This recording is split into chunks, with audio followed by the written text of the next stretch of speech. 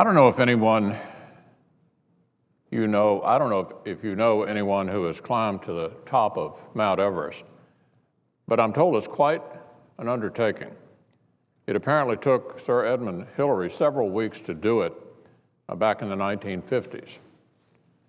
I'm told that my friends across the aisle could have scaled Everest almost 300 times in the nearly 4 years that have gone by since they last passed a budget. They could have taken 179 trips to the moon or built 3 Pentagons.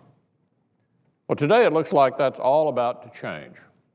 It's nice to see that after years of playing budget peekaboo, Senate Democrats are finally ready to take up their most basic of responsibilities.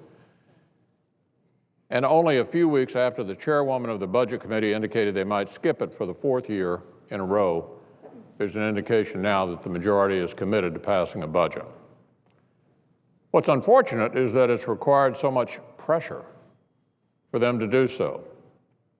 It's in stark contrast to the House of Representatives, who've taken their duties very seriously.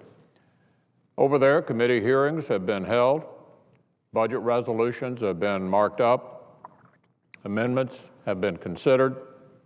More importantly, the House has passed serious budgets annually, as the law requires. They've laid out their priorities for the public to see, their plans to control spending, to save our most important social programs from collapse, to reform an outdated and anti-competitive tax code, and to streamline government bureaucracies that are literally suffering job creation. They've done their jobs, while Senate Democrats have tried to keep their priorities a secret. Now, we know Senate Democrats don't like the House budgets, and we know they don't even support the president's budgets, at least not with their votes. What we haven't known for nearly 4 years is what they're for, because they've refused to put their plans for the country down on paper and actually vote for them. Now it's my hope that the Democratic sudden interest in passing a budget isn't just another attempt to actually raise taxes. As I've said repeatedly, we're done with the revenue issue. The president has already said that the so-called rich are now paying their, quote, fair share, end quote. And of course, middle-income families are already on the hook for new taxes as a result of Obamacare. So the question is, who would be in the firing line this time? And at what cost?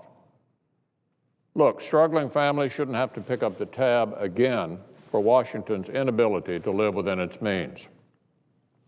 We need to start solving the actual problem, which is spending, and we need to do it together.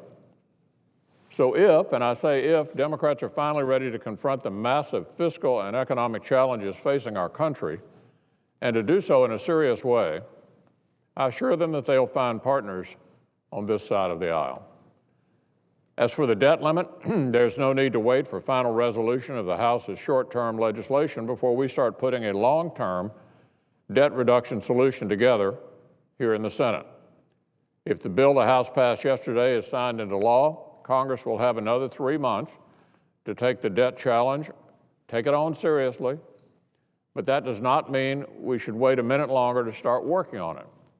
There's no reason, for instance, that the Finance Committee shouldn't begin preparing the critical spending reforms that will be necessary, for example, to get my vote and the vote of many of my colleagues for any kind of long-term increase in the debt ceiling. So let's get the process moving. No more brinksmanship, no more last-minute deals. The American people have already had to wait 4 years for a budget from Senate Democrats. They shouldn't have to wait nearly as long for us to confront a debt that threatens the economy, our jobs, and the future of our nation.